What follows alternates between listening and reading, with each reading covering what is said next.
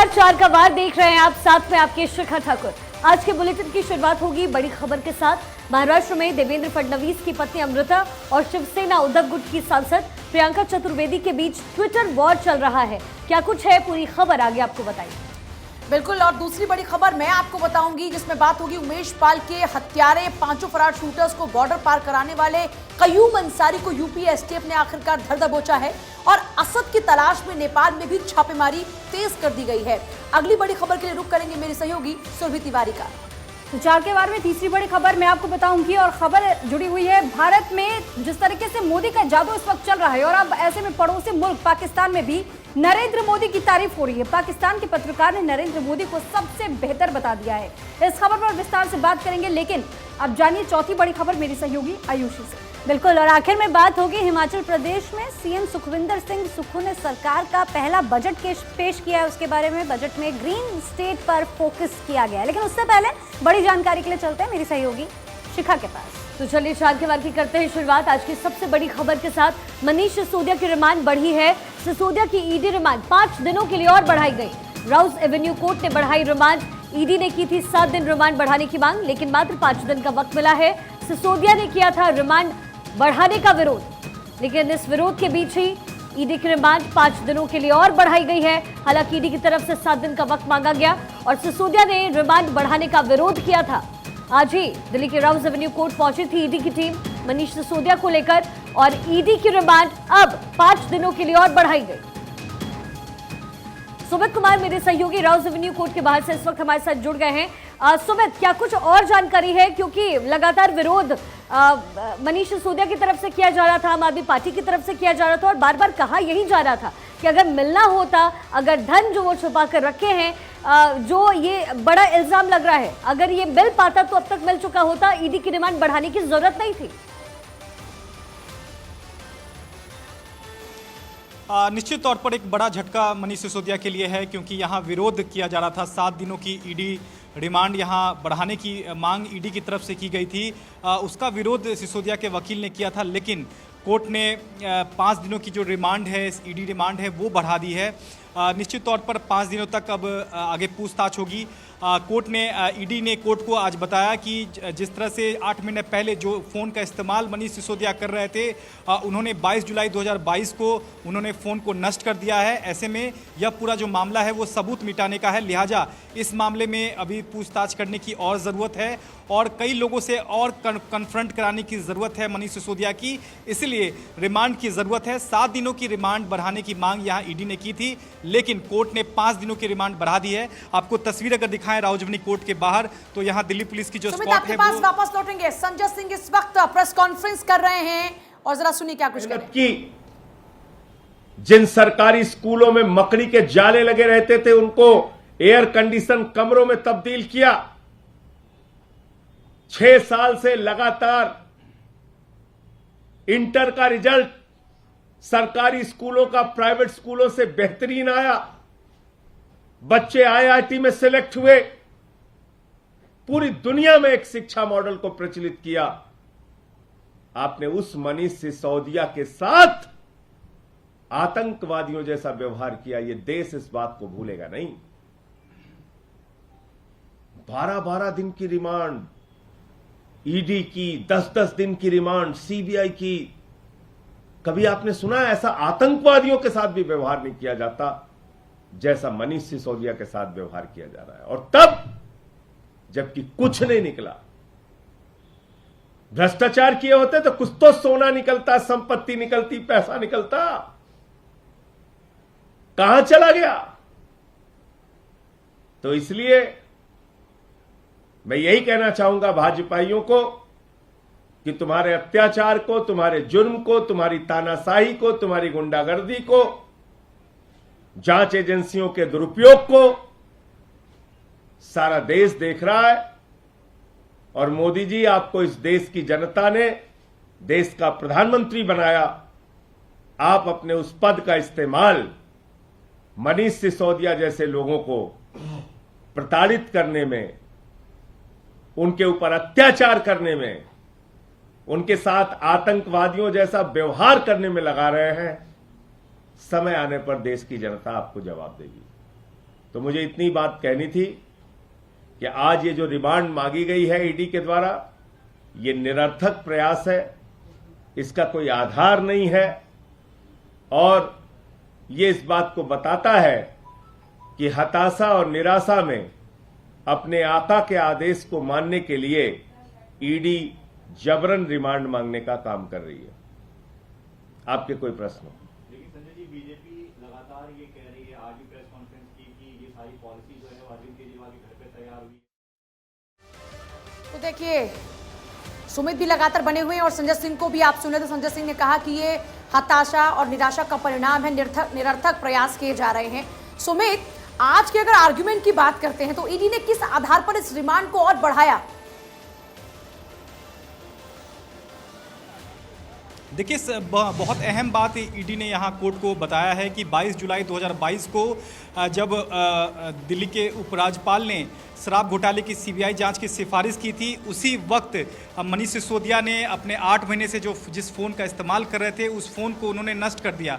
बार बार CBI ने भी उनसे पूछताछ में उस मोबाइल का जिक्र किया, लेकिन वो मोबाइल के बारे में कोई जानकारी नहीं दे रहे हैं। और ईडी ने भी 7 दिनों की जो पूछताछ की थी, 4 लोगों से कन्फ्रंट कराया था, उसमें भी उस फ़ोन की जानकारी वो देना नहीं चाह रहे हैं। ऐसे में यह जो पूरा मामला है वो एविडेंस डिस्ट्रॉय का मामला है, सबूत को नष्ट करने का मामला है, लिहाजा और भी पूछताछ करने की ज़रूरत है।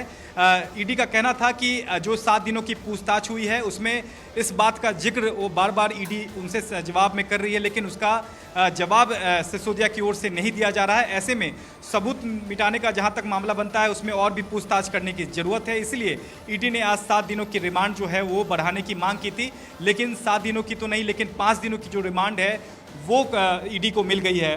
मैं इस वक्त मौजूद हूं, आपको तस्वीर दिखा दे राउजवनी कोर्ट के बाहर। यहाँ गहमा गहमी है फिलहाल। अब से थोड़ी देर में यहाँ से सिसोदिया को ईडी की टीम लेकर निकलेगी और अगले 5 दिन तक जो है वो एक बार फिर से पूछताछ होगी। 22 मार्च को फिर से मनीष सिसोदिया को कोर्ट में एक बार फिर से पेश किया जाएगा, लेकिन उससे पहले 21 मार्च को सीबीआई केस में मनीष सिसोदिया की जमानत पर सुनवाई होनी है। तो ऐसे में 21 तारीख को जमानत पर सुनवाई होगी और फिर 22 मार्च को सिसोदिया को एक बार फिर से कोर्ट में पेश किया जाएगा। ठीक है, एक तरीके से माना जा सकता है कि 5 दिनों की रिमांड तो ईडी ने हासिल कर ली है, लेकिन अब इन 5 दिनों में आखिर क्या कुछ और डिटेल्स ईडी के हाथ लगते हैं, ये गौर करने वाली बात हो गया। बने रहिएगा सुमित, आपके पास लौटेंगे, लेकिन इस बीच एक और बड़ी खबर आपको बताते हैं। पवन खेड़ा मामले को लेकर के अब 20 मार्च को सुनवाई होनी है। पीएम पर अभद्र टिप्पणी करने को लेकर के सुनवाई होगी और सुप्रीम कोर्ट में 20 मार्च को इस पूरे मसले पर सुनवाई होनी है। हालांकि जिस तरीके से प्रधानमंत्री नरेंद्र मोदी को लेकर के पवन खेड़ा की तरफ से टिप्पणी की गई थी और इसी टिप्पणी को लेकर के उन पर एफआईआर भी दर्ज करवाई गई थी, बीजेपी कार्यकर्ताओं की तरफ से भी हल्ला बोल भी किया गया था, प्रदर्शन भी हुआ था इनके खिलाफ। और जिस दौरान एयर इंडिया की फ्लाइट पर सवारी करने के उस वक्त वो जा ही रहे थे, लेकिन उस बीच उनको उतार लिया गया था। और अब जिस तरीके से खबर सामने आई कि इसी मसले को लेकर के हंगामा भी बरपा था और अब 20 मार्च को इस मामले पर सुनवाई है। और इस पर अधिक जानकारी के साथ सुमित लगातार हमारे साथ बने हुए हैं। सुमित, पवन खेड़ा मामले को लेकर के 20 मार्च को सुनवाई होनी है, क्या लगता है कि इस मसले पर पवन खेड़ा की तरफ से अभी तक और कोई प्रतिक्रिया तो ऐसे सामने नहीं आई है, लेकिन रुख क्या हो सकता है? देखिए, आज सुनवाई होनी थी पवन खेड़ा की याचिका पर, लेकिन उनके वकील अभिषेक मनु सिंह भी मौजूद नहीं थे, जिसके चलते कोर्ट ने सुनवाई टाल दी है। हालांकि उनकी जो अग्रिम जमानत है वो कोर्ट ने 20 मार्च तक के लिए बढ़ा दी है, यानी कि 20 मार्च तक उनकी गिरफ्तारी नहीं होगी। निश्चित तौर पर इस पूरे केस में पवन खेड़ा ने 3 एफआईआर जो अलग अलग दर्ज हुए हैं यूपी और असम में, उसको एक साथ क्लब करने की मांग की है। पिछले दिनों इस पूरे मामले में असम और यूपी सरकार ने जवाब दाखिल किया था इस पूरे केस में और मांग की थी कि ये जो याचिका है पवन खेड़ा की उसे खारिज किया जाना चाहिए और हिरासत में लेकर पवन खेड़ा से पूछताछ करने की ज़रूरत है। ऐसे में जवाब दोनों सरकारों का सुप्रीम कोर्ट में आ गया है। अब 20 मार्च को सुनवाई होगी, जहां देखना होगा कि पवन खेड़ा को सुप्रीम कोर्ट से राहत बरकरार रहेगी या फिर उनकी याचिका खारिज हो जाएगी, क्योंकि जो 3 एफआईआर हैं उसको एक साथ क्लब करने की पवन खेड़ा ने मांग की है। आज उनके वकील अभिषेक मनु सिंह भी मौजूद कोर्ट में नहीं थे, जिसके चलते सुप्रीम कोर्ट ने सुनवाई 20 मार्च तक के लिए टाल दी है। जी बिल्कुल सुमित, हमारे साथ जुड़ने के लिए और तमाम जानकारी साझा करने के लिए आपका बहुत बहुत धन्यवाद। और चलिए अब आगे बढ़ते हैं। भारतीय संस्कृति और परंपरा को मुस्लिम समुदाय तक पहुंचाने और देश में गंगा यमुना तहजीब को और मजबूती देने के लिए एक खास पहल की गई है। 4 वेदों में से एक सामवेद के सचित्र हिंदी और उर्दू संस्करण के अनुवाद का आज विमोचन किया जाएगा। बता दें कि राष्ट्रीय स्वयंसेवक संघ प्रमुख मोहन भागवत इसका विमोचन दिल्ली के लाल किला परिसर में करेंगे। इस संस्करण को लिखने वाले लेखक डॉक्टर इकबाल दुर्रानी ने ये कहा है कि सामवेद ग्रंथ मंत्रों का संग्रह है और ऐसे में ये मंत्र इंसान और भगवान के बीच की बातचीत को जाया करते हैं।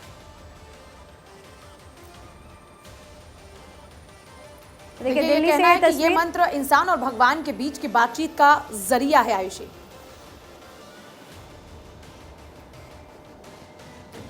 और चलिए अब इस वक्त की एक बड़ी खबर आपको बता दें। संभल हादसे में मरने वालों का आंकड़ा और बढ़ गया है।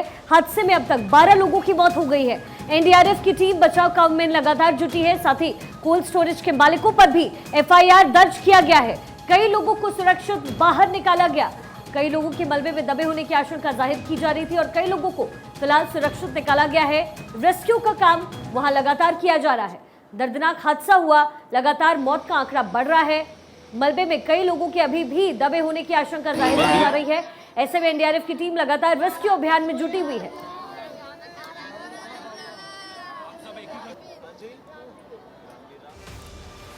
और देखिए, संभल हादसे में मुआवजे का ऐलान भी हो चुका है। मृतकों के परिवार वालों को सरकार 2-2 लाख रुपए की आर्थिक मदद देगी। वहीं गंभीर जो घायल है उनको मिलेगा 50-50 हजार रुपए का मुआवजा। सभी घायलों का निःशुल्क उपचार भी होगा, जिसके निर्देश मुख्यमंत्री द्वारा दिए गए हैं। हादसे की जांच के लिए कमेटी का गठन। गंभीर घायलों को 50-50 हजार रुपए की मदद, जबकि मृतकों के परिवार वालों को 2-2 लाख रुपए की आर्थिक मदद दी जाएगी। संभल में इस बड़े हादसे में दरअसल 8 लोगों की जान जा चुकी है और इसके आंकड़े बढ़ने की आशंका है। बड़ी जानकारी ये भी है कि 11 लोगों को बचाया गया। एनडीआरएफ एसडीआरएफ की टीम इस वक्त मौके पर मौजूद है और लगातार लोगों को वहां से सुरक्षित बाहर निकालने का प्रयास जारी है। 24 घंटे से ज्यादा का वक्त अब हो चुका है और वहां पर लगातार रेस्क्यू चल रहा है। दर्दनाक हादसे में देखिए और आंकड़ा बढ़ गया। जो मौत का आंकड़ा है सुबह लगभग 8 था, लेकिन दोपहर तक आते आते ये आंकड़ा और बढ़ गया, 12 आंकड़ा हो चुका है।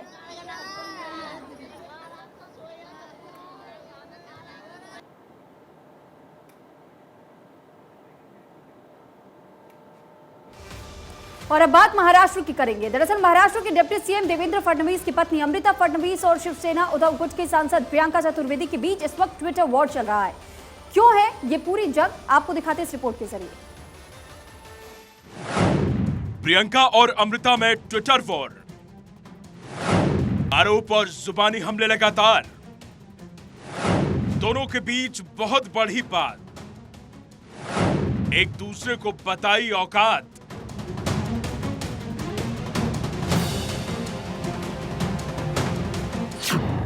शिवसेना उद्धव गुट की राज्यसभा सांसद प्रियंका चतुर्वेदी और महाराष्ट्र के डिप्टी सीएम देवेंद्र फडणवीस की पत्नी अमृता फडणवीस के बीच ट्विटर पर वॉर छिड़ गई है। दोनों एक दूसरे पर हमले कर रही हैं और इसकी वजह है वो एफआईआर जो अमृता ने अनिक्षा नाम के डिजाइनर पर कराई है। अमृता फडणवीस की शिकायत पर मुंबई पुलिस ने एक महिला डिजाइनर को गिरफ्तार किया है। अमृता फडणवीस ने डिजाइनर अनिक्षा पर आरोप लगाया है कि उसने अपने पिता के खिलाफ दर्ज केस को खत्म करने के लिए रिश्वत देने की पेशकश की। आपको बताते हैं अमृता और अनिक्षा के बीच आखिर मामला आखिर है क्या। दरअसल नवंबर 2021 में पहली बार अमृता और अनिक्षा की मुलाकात हुई। डिजाइनर अनिक्षा का अमृता के घर आना जाना भी था। 16 फरवरी 2022 को अनिक्षा ने अमृता को कॉल किया और अपने पिता को बचाने की एवज में 1 करोड़ का ऑफर दिया। अमृता का आरोप है कि अनिक्षा ने धमकी दी। रिश्वत की बात सुनकर अमृता ने फोन काट दिया और उसका नंबर ब्लॉक कर दिया। आपको बता दें कि अनिक्षा ज्वेलरी और फुटवेयर डिजाइनर है। 20 फरवरी को अमृता ने अनिक्षा के खिलाफ एफआईआर दर्ज कराई। सट्टेबाज अनिल जयसिंघानी की बेटी है अनिक्षा। इसी मामले को लेकर प्रियंका और अमृता में अब ट्विटर वॉर है। एक अपराधी की बेटी पहले उप मुख्यमंत्री की पत्नी से संपर्क करती है। डिप्टी सीएम के मुताबिक ये दोस्ती 5 साल चलती है। उप मुख्यमंत्री की पत्नी को वो महंगे कपड़े और गहने देती है। इतना ही नहीं, गाड़ी में साथ घूमती है। बुकी की डिजाइनर बेटी ये भी बताती है कि सट्टेबाजों की शिकायत करके कैसे पैसे कमाए जा सकते हैं। ये सब जानने के बाद भी दोस्ती जारी रहती है। अब ब्लैकमेल करने और रिश्वत देने के आरोप लगाए जा रहे हैं। ये महाराष्ट्र में आखिर क्या हो रहा है, इस पर अमृता का पलटवार भी आया है। अमृता ने कहा है कि मैडम चतुर, आपने पहले मुझे एक्सिस बैंक से गलत तरह से फायदा पहुंचाने का आरोप लगाया था, उसके बाद अब आप मेरी सच्चाई पर भी उंगली उठा रही हैं। जो लोग केस बंद करने के लिए रिश्वत देते हैं, आप अपने मास्टर के जरिए मदद करती हैं, यही आपकी औकात है। अमृता ने जो एफआईआर कराई है, उस मामले को लेकर विधानसभा में डिप्टी सीएम देवेंद्र फडणवीस ने अपनी बात रखी। ये सारा ट्रैप मुझे फंसाने के लिए था। जैसे ही मुझे फंसाने की इस कोशिश का अंदाजा लगा, हमने तत्काल इस मामले को पुलिस के संज्ञान में लाया। पुलिस ने एफआईआर दर्ज की। अमृता और प्रियंका चतुर्वेदी के बीच छुड़ी ट्विटर वॉर सुर्खियों से लेकर महाराष्ट्र की सियासत तक की चर्चाओं में है। वहीं पुलिस का कहना है कि इस मामले की जांच की जा रही है। पुलिस ने अनिक्षा के भाई को भी गिरफ्तार किया है। Bureau report, Bharat 24। और आपको बता दें, इसी से जुड़ी हुई बड़ी जानकारी, पुलिस कस्टडी में भेजी गई अनिक्षा जय सिन्हा। नए आपको बता दें 21 मार्च तक पुलिस कस्टडी में अनिक्षा जय सिन्हा को भेजा गया है। अमृता फडणवीस ने दर्ज कराई थी FIR. Deputy CM Devendra Fadnavis की पत्नी है अमृता। देखिए, डिप्टी सीएम देवेंद्र फडणवीस की पत्नी है अमृता। अमृता ने एफआईआर दर्ज करवाई है अनिक्षा के खिलाफ में और अब पुलिस कस्टडी में भेजी गई है अनिक्षा। कल ही ये पूरा मामला भी आपको भारत 24 ने बताया था, किस तरीके से इस पूरे मामले के अंदर खुद पहले देवेंद्र फडणवीस की तरफ से बकायदा ये कहा जाता है कि मेरे पॉलिटिकल करियर को बर्बाद करने के लिए साजिश रची गई थी। 1 करोड़ रुपए की रिश्वत देने का प्रयास किया गया था। इस पूरे मामले को लेकर देवेंद्र फडणवीस की पत्नी अमृता फडणवीस सामने आई। उन्होंने भी अनिक्षा के खिलाफ में मामला दर्ज कराया और अब अनिक्षा जय सिंघानिया 21 मार्च तक के लिए पुलिस कस्टडी में। अमृता फडणवीस ने एफआईआर दर्ज करवाई थी। अमृता फडणवीस, देवेंद्र फडणवीस, डिप्टी सीएम देवेंद्र फडणवीस की पत्नी है अमृता फडणवीस, जिन्होंने अनिक्षा के खिलाफ में एफआईआर दर्ज कराई। देखिए, डिजाइनर है ये अनिक्षा और बाप बेटी दोनों ने मिलकर ये साजिश रची थी, ये इनके ऊपर आरोप लगे हैं। और अब अनिक्षा को 21 मार्च तक के लिए पुलिस कस्टडी में लिया गया है। अमृता फडणवीस के मामला दर्ज कराए जाने के बाद में ये कार्रवाई की जा रही है और डिप्टी सीएम देवेंद्र फडणवीस ने इससे पहले पूरे मामले को लेकर जानकारी दी और बताया कि किस तरीके से उन्हें फंसाने की साजिश रची गई थी। और बड़ी बात यह भी है कि इस पूरे मामले में उनकी तरफ से यह भी कहा गया कि उनके पॉलिटिकल करियर को बर्बाद करने के लिए, खराब करने के लिए यह पूरी की पूरी साजिश रची गई थी और इसके तहत बकायदा रिश्वत की पेशकश भी की गई थी। रिश्वत की पेशकश के आरोप भी अनिक्षा के ऊपर लगे हैं और अमृता फडणवीस ने अनिक्षा और उसके पिता के खिलाफ में, देखिए जहां तक इसके पिता की बात करते हैं वो फ्रॉड है। आशीष हमारे साथ, हमारे कंसल्टिंग एडिटर इस वक्त है। आशीष, पहले अमृता के द्वारा एफआईआर दर्ज कराई गई और अब अनिक्षा पुलिस कस्टडी में, आपके पास क्या कुछ एक्सक्लूसिव जानकारी मामले को लेकर? जी, पुलिस ने पहले ही इसके रिमांड के लिए अपनी दलीलें दे दी थी और ये कहा दिया था कि ये जो लड़की है उसने ट्रैप में लाने की कोशिश की देवेंद्र फडणवीस, जो कि उप मुख्यमंत्री हैं, उनकी वाइफ अमृता फडणवीस को। और काफी समय से ये लगातार कोशिश कर रही थी अपने पिता के एक मामले को लेकर कि वो किसी भी तरीके से उनको अपने ट्रैप में ले आए और अपने पिता को छुड़वा ले। और इसी वजह से वो लगातार संपर्क में थी और कहीं न कहीं इस वजह से अमृता फडणवीस ने एफआईआर करवाई और आज पुलिस ने रिमांड मांगी थी और कोर्ट को रिमांड मिल चुकी है। अच्छा, इस पूरे मामले में अब आगे और क्या क्या इसके, क्योंकि इसका पिता फरार है और अभी तक क्या आगे उस दिशा में भी कार्रवाई बढ़ेगी? जी, क्योंकि मुख्य आरोपी जो हैं वो अभी पुलिस की कस्टडी में है, लेकिन क्योंकि अपने पिता के लिए ये ट्रैप में लाने की कोशिश कर रही थी, उनके गुनाहों से उनको छुड़ाने के लिए कोशिश कर रही थी, तो कहीं ना कहीं पुलिस की अब जो आगे की पूछताछ होगी और जो कार्रवाई होगी उसके पिता को अपनी कस्टडी में लेने की, उनको उनसे भी पूछताछ करने की, जांच परख करने की कार्रवाई होगी। जी ठीक है आशीष, बहुत बहुत शुक्रिया आपका इस तमाम जानकारी के लिए। आप लगातार नजर बनाकर रखिए। और इसी बीच भोपाल के बड़े होटल में ठेकेदारों की बैठक का रहस्य। भोपाल में इस सप्ताह एक अफवाह तेजी से वायरल। अगर ये सच है तो हो सकता है बहुत गंभीर मामला। भोपाल के एक बड़े होटल में जुटे एमपी देश के बड़े ठेकेदार तकरीबन 600 करोड़ चुनावी चंदा एकत्रित करने पर चर्चा की बात।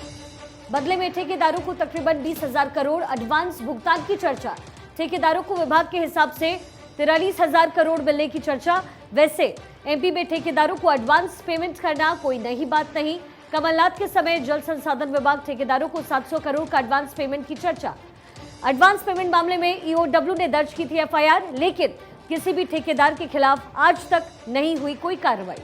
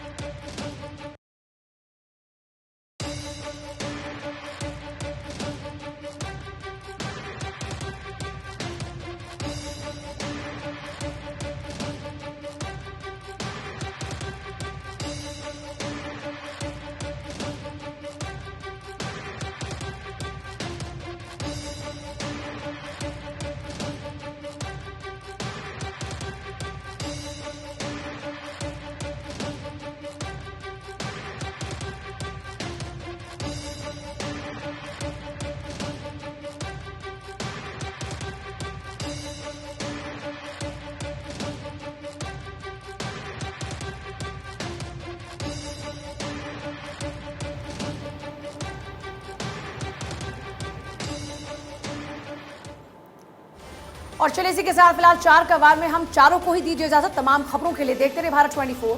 नमस्कार।